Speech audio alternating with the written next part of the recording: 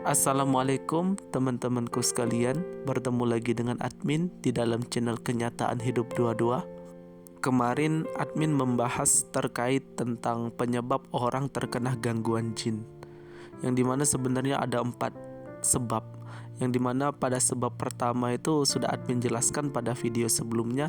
Pertama kali adalah mereka itu memiliki keyakinan yang salah terkait tentang perkara gaib. Inilah yang menyebabkan seseorang itu ketempelan jin. Setelah itu bisa melihat jin, setelah itu menjadi indigo. Yang kedua adalah memiliki amalan-amalan yang mungkin saja salah dalam niat. Jadi teman-temanku sekalian, jika kita atau seseorang memiliki amalan-amalan yang mungkin saja dalam amalan tersebut, dalam praktiknya ia memiliki niat yang salah. Seperti mungkin saja puasa sunnah Senin dan Kamis, yang dimana kita sama-sama tahu bahwasannya puasa itu adalah kesunahan, puasa Senin Kamis. Akan tetapi jika kita salah niat, yang pada mulanya puasa itu diniatkan untuk mencapai ridho Allah, akan tetapi kita itu memiliki niatan untuk ilmu kebal atau semacamnya, membuka mata batin, ya ini kan salah niat. Inilah yang akan mengundang bibit-bibit terkena gangguan jin.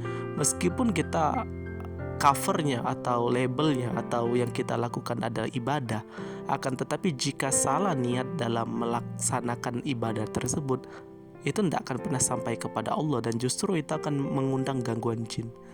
Ada orang yang mungkin saja menurut admin menarik kemarin itu, ada orang sholat tahajud dengan niat untuk membuka mata batin untuk melihat jin. Ini kan agak sedikit salah niat ini. Ya akan terjadi yang ia inginkan, apa yang dia niatkan. Akan tetapi inilah pencampuran antara kebenaran dan kebatilan. Dan terkadang ini diajarkan oleh orang-orang yang mungkin saja mengaku kiai, mengaku ajengan, yang dimana mereka melabeli dirinya itu sebagai ilmu hikmah, ilmu putih lah ibaratnya itu.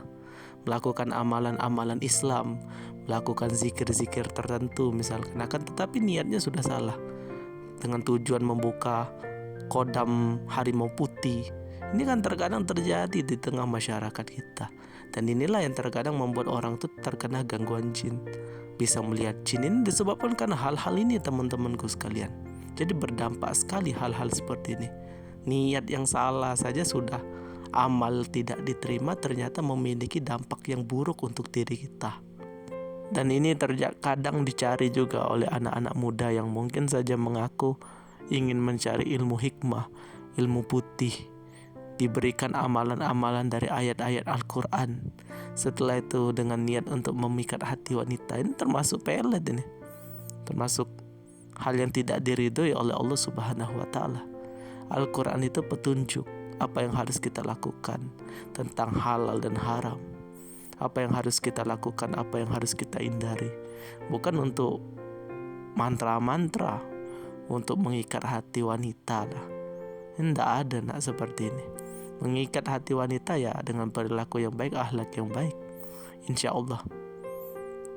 Tapi jangan sampai kita itu mencampur adukan kebenaran dengan kebatilan ini. Terkadang ada amalan ayat Al-Quran, coba kamu baca ini, nanti orang yang jahat sama kamu akan hancur sehancur-hancurnya. Ini sudah seperti ini. Ini kan terkadang terjadi. Makanya inilah pembuka bibit-bibit terkena seseorang itu gangguan jin. Makanya hati juga ternyata teman-temanku sekalian harus dijaga. Jangan sampai kita tidak menjaga hati kita. Beramallah dan lakukanlah apa yang Allah Subhanahu wa Ta'ala perintahkan, tanpa berpikir atau memiliki niatan yang salah dari apa yang kita lakukan. Kita niatkan dengan ikhlas, dengan tulus untuk beribadah kepada Allah Subhanahu wa Ta'ala, semata-mata hanya ingin mendapatkan pahala dan ganjaran dari Allah Subhanahu wa Ta'ala. Jangan sampai di hati kita memiliki iming-iming tentang dunia, yang dimana ingin ilmu kebal, pengen punya kodam siluman rubah. Ini sudah keluar ini dari yang diajarkan dan diinginkan oleh Allah Subhanahu wa Ta'ala. Makanya kita harus menjauhi perkara-perkara seperti ini teman-temanku sekalian. Karena ini bisa merusak hati, bisa merusak akidah kita. Makanya kita berlindung kepada Allah Subhanahu wa Ta'ala. Semoga hati kita dicondongkan kepada kebenaran dan kita mudah untuk beribadah kepada Allah Subhanahu wa Ta'ala dengan niat yang tidak salah, hanya semata-mata untuk mendapatkan keridhaan Allah Subhanahu wa Ta'ala. Mungkin sekian penjelasan admin pada video kali ini. Semoga bermanfaat. Lebih dan kurang admin mohon maaf. Ini ada sedikit pembahasan lagi terkait tentang indigo ini. Teman-temanku sekalian, ada beberapa episode lagi di masa yang akan datang. Mungkin sampai sini saja dulu penjelasan admin pada video kali ini. Semoga bermanfaat. Lebih dan kurang admin mohon maaf. Kepoin terus channel admin karena masih banyak sekali tentang filsafat Islam, pemikiran Islam yang ingin admin bagikan untuk teman-temanku sekalian. Dan jika teman-temanku sekalian tertarik untuk belajar filsafat Islam, bisa dikepoin channel ini karena sudah banyak sekali hal-hal yang sudah admin bahas di sini. Dan terima kasih untuk teman-temanku sekalian yang sudah menyimak video-video admin. Saya admin undur diri. Wassalamualaikum warahmatullahi wabarakatuh.